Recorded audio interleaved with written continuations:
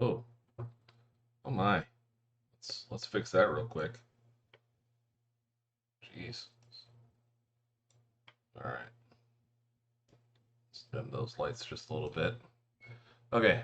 So, something I haven't really shared with the this channel yet is I am a big wrestling fan, and historically I've been a fan of World Wrestling Entertainment (WWE), but the last couple of years, last several years, WWE's really been kind of, well, not so good. And there's been a new company that's come out called All Elite Wrestling, created by the owner of the Jacksonville Jaguars' son, Tony Khan, and some other wrestlers. And they just held their latest pay-per-view event tonight called All Out. And I'm going to go ahead and I'm going to start talking about wrestling on this channel because, damn, this was a hell of a show. If you're a wrestling fan, um, and you're a fan of All Elite Wrestling, this everything that we thought might happen tonight pretty much happened. There were, if you don't follow wrestling closely, there were a lot of surprises. If you do follow wrestling closely, there wasn't really much of a surprise. It was kind of like if you know what your favorite food is and you just eat a whole bunch of your favorite food, you're not going to complain about it because it's your favorite food. What the hell is that back there? Oh, it's a towel. I just did laundry, so uh, bedroom's a little bit of a mess. So I'm not going to start with the pre-show. Pre-show. I mean, it was a 10-man tag team match. It was good for what it was, but the first match of the night was Miro against Eddie Kingston. Miro's the TNT champion. Miro, formerly Rusev in WWE. Again, I'm just diving straight into the wrestling stuff. I haven't really had a chance to talk about my enjoyment of wrestling, um, or any of that on the channel. This is really just I'm diving straight into to wrestling tonight. So um, this is kind of a shell shock for those of you. I'm a nerd on several levels, and wrestling is definitely one of them. So tonight's first match of the pay per view was Miro against Eddie Kingston. These are two guys that enjoy stiff shots, and this was really a heavy hitting match. Not much of a surprise with the outcome. It was a good warm up match for the crowd to get the crowd really into it for what was going to come later on tonight. Miro ultimately won. It was a very enjoyable match, but not much of a surprise. Um, Second match of the night was Jon Moxley wrestling against a gentleman from New Japan Pro Wrestling I'm not terribly familiar with. Probably going to butcher his name, Satoshi Kojima. Uh, Whiskey, it's good. I like whiskey. Um, yeah, that it was a typical Jon Moxley match. Jon Moxley, another former WWE guy, who he really made a name for himself in the indie circuit before he joined WWE as Dean Ambrose. Um, and this was a typical Jon Moxley match. It was very back and forth, heavy hitting, uh, very entertaining. And of course, Jon Moxley won. And then at the very end of the match, Suzuki Minoru, a classic guy from New Japan, came out, and him and Jon Moxley proceeded to beat the shit out of each other to set up a match for later on in the week. Something that AEW is better at than WWE right now is building continuing stories instead of retelling the same shit over and over again. Really enjoyed that. Then Britt Baker wrestled Chris Statlander. I know Britt Baker isn't for everyone, but she's cocky. I like cocky, and she's really come a long way, especially in the last year. Her in-ring ability has come a long way, um, and this was, I think, probably her best in-ring performance against Chris Statlander. It was a really good match. Chris Statlander's done well recovering from the injury she had last year, and it was a really entertaining match. Again, not surprised to see Britt Baker win here. Um, there's just it makes no sense to take the belt off her at this point. She is, she's kind of a heel or a bad guy. but the crowd loves her. She plays to the crowd really well. She's definitely the best personality that they have on the women's roster. And for her to win, it really kind of made sense to me. And then for me, this next match was really the match of the night. Um, Whenever AEW first started, one of their biggest matches was a tag group of the Lucha Brothers, uh, who forgive me, I can't remember their names, but there's Penta and another guy. They're very talented. I can't remember who they are. But you have Matt and Nick Jackson, who are the Young Bucks, tag team champions. This Anytime you put those four guys in a ring together, they haven't wrestled thankfully for a couple of years, so that way they don't overdo it. Again, something WWE is really bad at is whenever you got two guys or four guys that have really good chemistry, they do it over and over and over, and they jam it down your throat. These four gentlemen put on really good matches in 2019, and they haven't faced each other since. Well, here we are 2 years later, and they had a tag team match for the titles in a giant steel cage. I mean, this was a taller steel cage than I'm used to seeing in wrestling. And holy shit, this was definitely match of the year quality. If you're a wrestling fan, even if you're not a wrestling fan, and you want to know what wrestling's all about, you want to see what the big deal is, go out whenever you get a chance, whenever it's available online to watch for free. Watch the Lucha Brothers versus the Young Bucks All Out 2021 in the steel cage. You'd be glad you did. It's a little bloody, got a little bit violent. Thumbtacks on the bottom of a shoe, definitely kind of creative. I haven't seen anything like that before. I'm sure they've done it in the past, but it was the first time I'd seen it.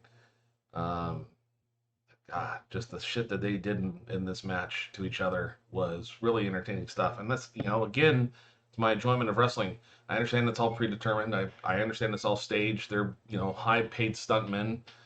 But the things that they do in the ring, you got to suspend your disbelief a little bit. It's like watching a soap opera for men. And I really enjoyed this match. This was one of the best matches I've ever seen. Moving on from there was the women's casino battle royale match. I kind of enjoy the way that they do their battle royale matches. There was the women's group, and this is an area where AEW is definitely lacking, where WWE is exceeding. The women wrestlers in WWE definitely are better performers than the AEW wrestlers. But in this one, the big takeaway here, Ruby Soho, formerly Ruby Riott from WWE, made her debut as last entrance, and she ultimately won.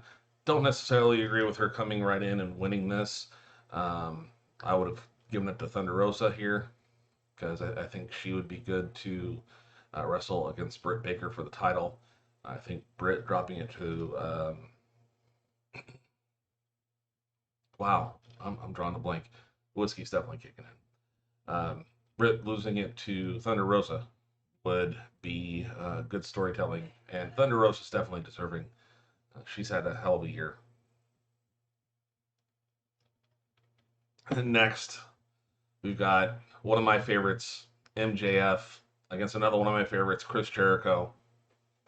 Again, not much of a surprise here. Chris Jericho said, if he lost, he was going to put his career on the line. He would never wrestle again. No one expected Chris Jericho to lose here, and he didn't. But MJF, he's such a good asshole.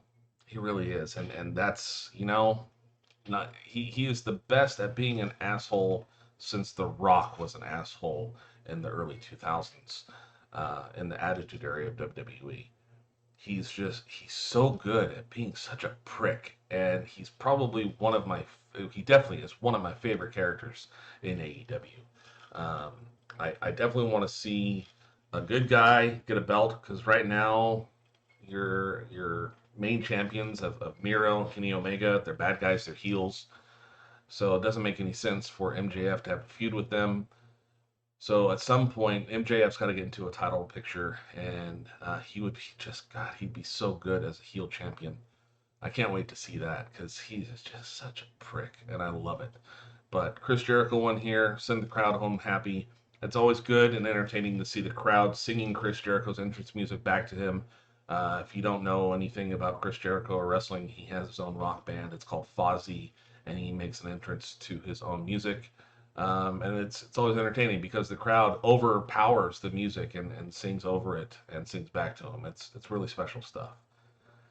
And then the thing that made every wrestling fan that knows AEW or doesn't know or had heard of AEW but was a little bit curious.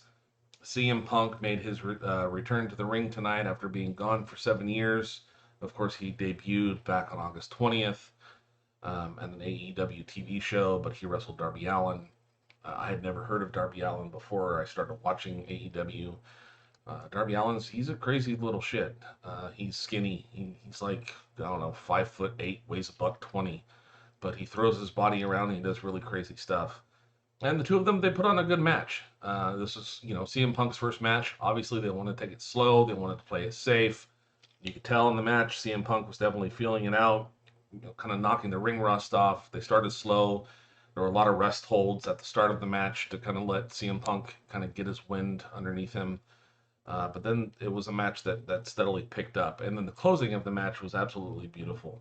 CM Punk, the way he reversed Darby Allin's finisher, I've never seen anyone reverse it that way. It was just such a casual setup. It was really fun, and I enjoyed that. And then, of course, this pay-per-view took place in Chicago, which is CM Punk's hometown. So the crowd was definitely very pro CM Punk. Everyone has been very pro CM Punk, and CM Punk returning was the big draw for this pay-per-view. So after that match, a lot of the crowd was really kind of spent. So they needed to have one more kind of filler match or kind of settle down match before the main event, and that was Paul White against QT Marshall. It's Paul White's formerly the Big Show in WWE. Noticing a pattern here, a lot of former WWE legends or really good WWE wrestlers who, for whatever reason, WWE didn't want to keep them on, or they allowed their contracts to expire, and they have come here to AEW, and it's really for AEW's gain. Paul White, he's one of those. He isn't so much of a presence on screen. He's been more behind the scenes. And they threw him out of match tonight. And, you can just tell he can't really go like he used to. His hip and I look like his knee still hasn't fully recovered because his leg almost looked like it was buckling inside of him a few times. But it did its job. It kind of settled the crowd down. Paul White did a really good job of playing to the crowd. If you don't know who Paul White is, he's 7 fucking feet tall. He weighs probably about 400 pounds. The guy's got a hand that's like the size of my giant fat head. And, he uses his size to his advantage and really kind of brought the crowd back to life. So they would be ready for the main event, which was Kenny Omega, the champion, against Christian Cage. Christian, another former WWE guy. Difference with Christian and some of these other guys that came from WWE, Christian had, he was in WWE, and then he went into the independent circuit for a while, came back to the WWE for a while.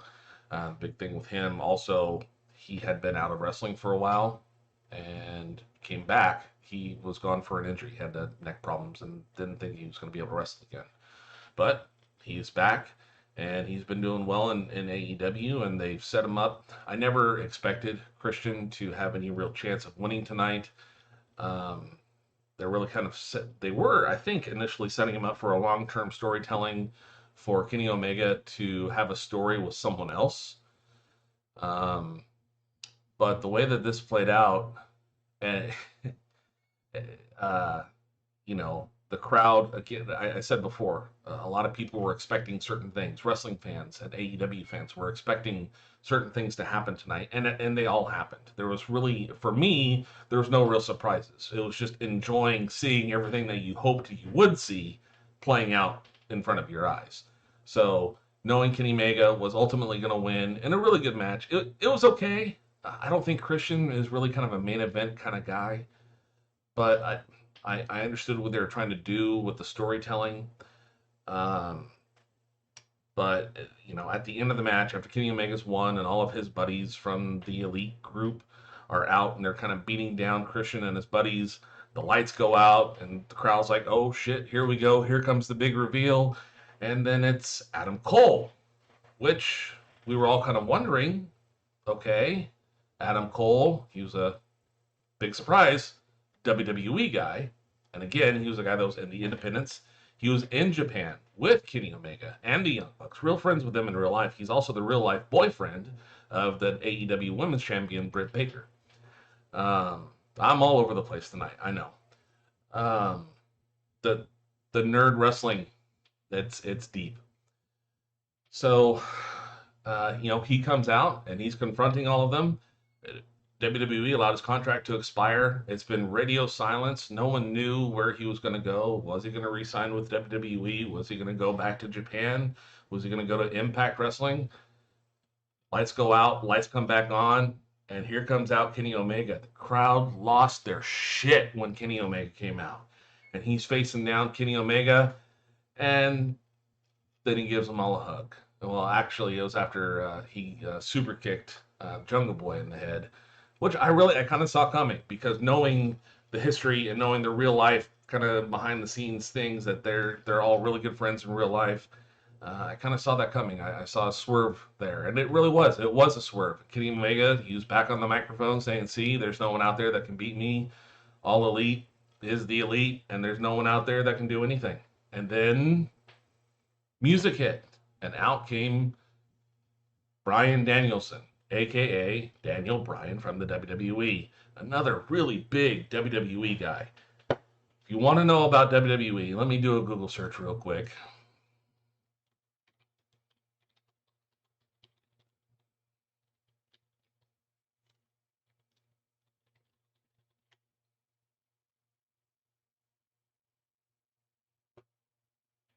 When was it? WrestleMania 30. Wow, that was a while ago.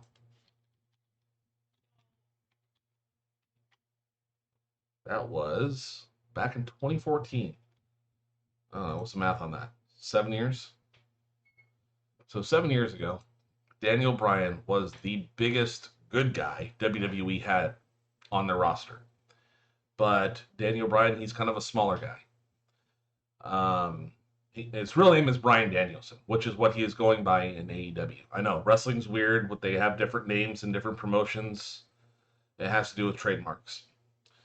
Um, so back in 2014, 2013, he was the biggest good guy that WWE had, but he didn't really fit their mold. If you know WWE, they like the really big guys like Dave Bautista, who was in Guardians of the Galaxy, or John Cena, who's been in a lot of recent movies lately, or the Rock, Hulk Hogan. These are really just big guys. Daniel Bryan, he's not a big guy. He's a smaller guy, but he really connected with the crowd. Just like CM Punk really connected with the crowd. And the owner of WWE, Vince McMahon, he doesn't like the look and he doesn't care about the crowd. He cares what he thinks is important. So, I mean, ultimately, it's his company. He can do whatever the hell he wants.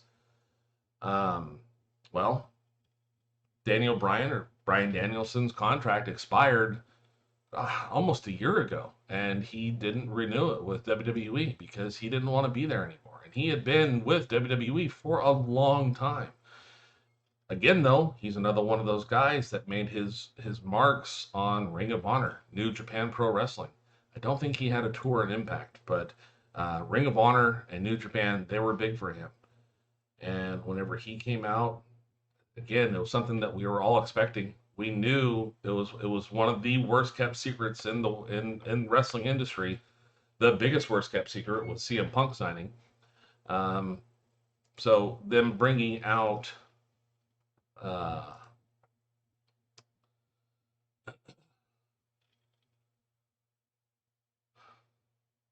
sorry, the whiskey's kicking in, and I'm scrolling on another side here because I mean it's the pay per view started at 5 o'clock. It's been 4 hours. It's a long show.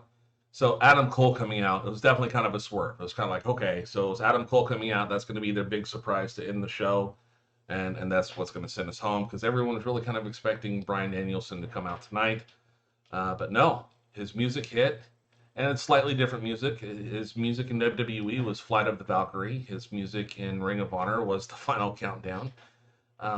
But a version of the Flight of the Valkyrie hit, and the crowd again went absolutely batshit crazy. The crowd tonight in Chicago was phenomenal from the start of the show all the way to the end. They really didn't lose their energy. They stayed invested.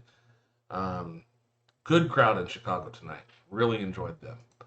So I can see that I've got no one watching. So at least I'm only rambling to myself. But this was really good, and this is something I want to get my buddy Farshid. He's also a wrestling fan, and maybe my buddies Drew and Andrew.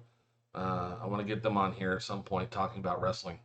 Farshid, he's a big WWE guy. Haven't really gotten him into AEW yet. I think we can convert him now that we've got Bryan Danielson, and CM Punk, and Adam Cole, and next month in October, Bray Wyatt. Looking out for you there, sir. Uh, you know, Farshid, you're going to come around. I know Rue and Drew. I know you guys are already watching. It's a really good time to be a wrestling fan, and this was probably one of the, if not the best pay per view that All Elite Wrestling has put out um, since they've been around. I mean, they're a company that just started almost 3 years ago. So to go where they came from to where they are now, it's pretty fucking cool. So sorry for the language. I'm not a monetized channel anyway. I've got less than 100 subscribers, but screw it. I want to talk about wrestling. I'm on a high, enjoying really good pay-per-view, and I'm sipping some whiskey. So good stuff. Cheers. If you do watch this, give it a like. If you're not subscribed, click subscribe. Check me out over on Twitch. I did just start a Twitch channel. I've only been playing one game over there lately. It's been Final Fantasy 14 Online. So it's twitch.tv/The Leisure Tech. The Leisure Tech. You can tell. It's good stuff. Anyway, thank you for tuning in. Click the like button. Take care. See you later.